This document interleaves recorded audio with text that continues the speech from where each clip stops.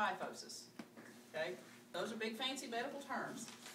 Kyphosis is a spinal curvature up around the shoulders, and it's kind of a hunchback. You see that in a lot of these little old men and women who have fallen and hurt their hip. Very good. You have to pad around this, because if not, that's like putting an egg on a flat surface and expecting it to stay there. It's not going to happen. Pad around it, make sure they're stable, make sure they're as comfortable as you can get them. Okay? Lordosis. That is the curvature here in your lower back. Okay? Men, you do not understand this as well as women do. Women were blessed with nice asses. Okay? We all know this. Unfortunately, that also comes with a large curvature in the lower back. You put a woman's anatomy on this spine board and leave her there for over 15 minutes, she is going to be in some major freaking pain. How do you combat that? Towel rolled up into. Roll it up, stuff it under there, pad their lower back. Okay? That way they don't have that curvature sitting on that real hard surface and everything pushing against it, and their muscles in their back are fighting. Okay? Put that under there, help that relax. Okay? Basically pad your voids. Okay? Your hair said a lot, pad the void areas, and that's a critical thing. And that's on the National Register, so glad you brought that up. So that's why we're all three here, to make sure you get everything.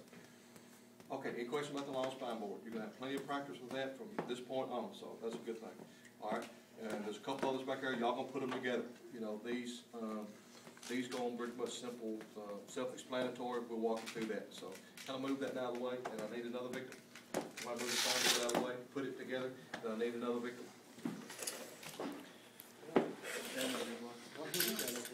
This, we used to scooter.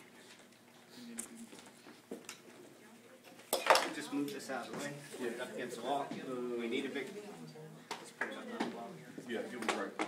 Just lay down any way you want to. Don't Right. Woohoo! Go me.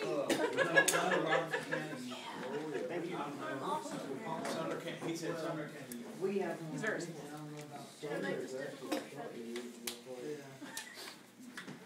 You're a woman, he expects it to be different.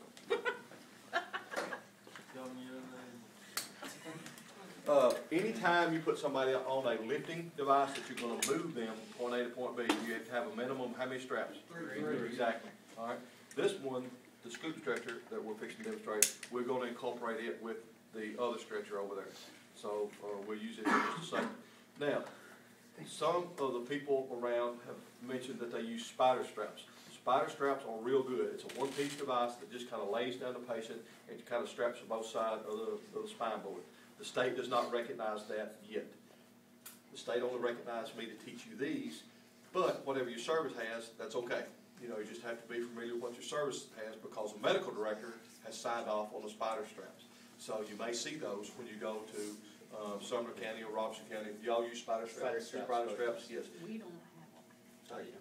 I love them. Yeah, they're good. They're real good. But there again, they give a little bit better mobilization, but the state only authorizes us to teach these. So, and I'll show you a spider strap here shortly. We've got some back there. Okay. This is a scoop stretcher, and it has a locking device at the head that just comes apart, and at the bottom. All right.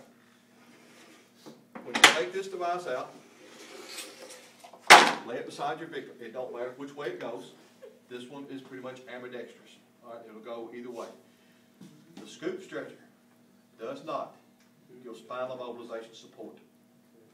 Key terms: it does not immobilize the spine per se. The scoop stretcher. Now, this is some of the services still have these.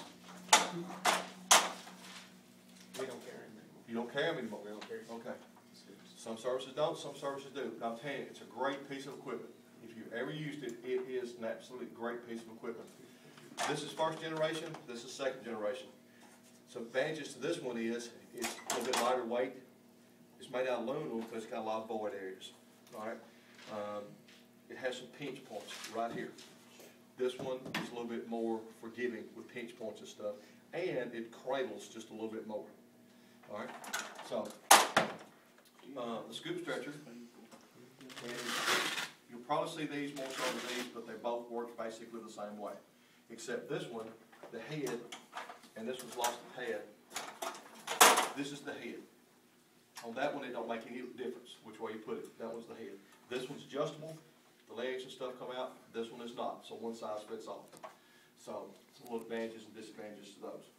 This one, if it gets dirty, you know, blood stuff gets down these crevices, it's a little bit harder to clean, a little bit more maintenance because you have to graphite these moving parts.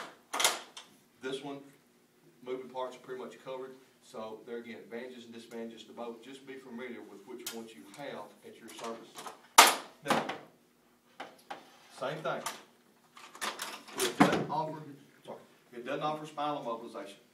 We never ever step over our patient. We never lift things over our patient. In here, real world, probably gonna have to. So keep that in mind. Teach you textbook, classroom, but real world, some of the same principles apply. So the latch and mechanism for these are always on your left. No matter which end, 3 o'clock in the morning, it's always on your left. All right. So if I get somebody down there to the other end, and there's a little trigger in there, just pull. Just pull it towards you. Okay. Just separate it. Okay. Now, it don't matter which end we use. I'm going to take this end. I'm going to slide it over here. And I'm going to put it at an angle. Bring this in. And I'm going to tell somebody to pick up her head. All right.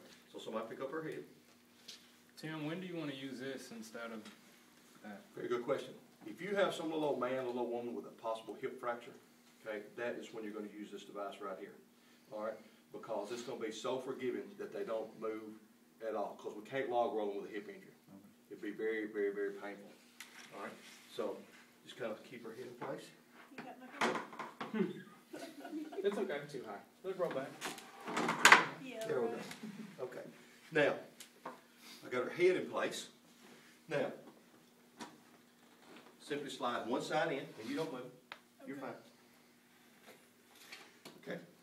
Now, I'm going to slightly log roll her, and just bring the other side in place.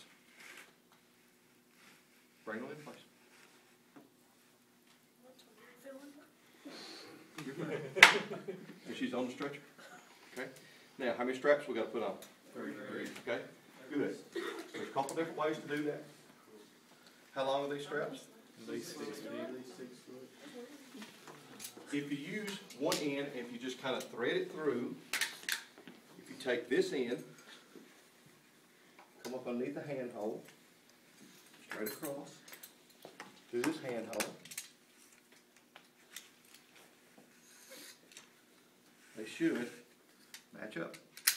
Okay, so go ahead and put the other 2 straps on.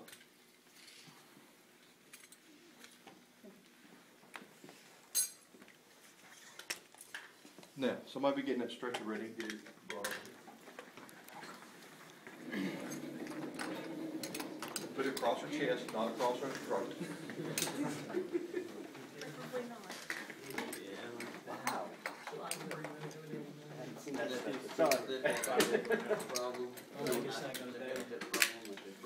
You just move it slightly and you just kind of. Well, as far as the strap goes, is it So we're going to go to the side.